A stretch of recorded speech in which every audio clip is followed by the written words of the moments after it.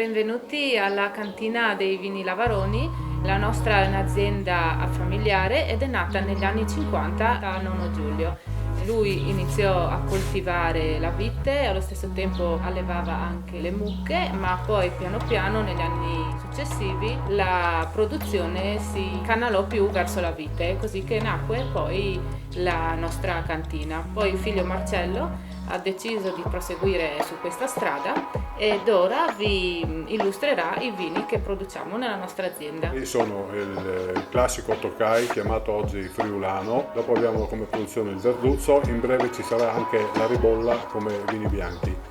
I vini rossi sono i tradizionali Merlot, Cabernet Franc e Refosco e in più c'è lo schiopettino tipico proprio della zona pedemontana. Dopo ci sono alcuni uvaggi, i vini sono stati affinati in barrique, in quale c'è il Borgofumo, dove c'è il 70% Cabernet Franc e il 30% Merlot, un affinamento che dura circa 2 anni.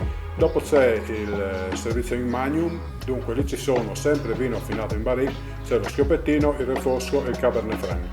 Vini anche di 3-4 annate addietro. Volevo a proposito ricordare che questi due ultimi blend che ha raccontato papà, uno si chiama Borgofumo ed è appunto dedicato alla via in cui si trova la nostra azienda, in un antico borgo di Butrio, e l'altro si chiama Lolugo Loset, che è un vino che papà ha voluto dedicarmi e l'ha intitolato col mio nome d'arte.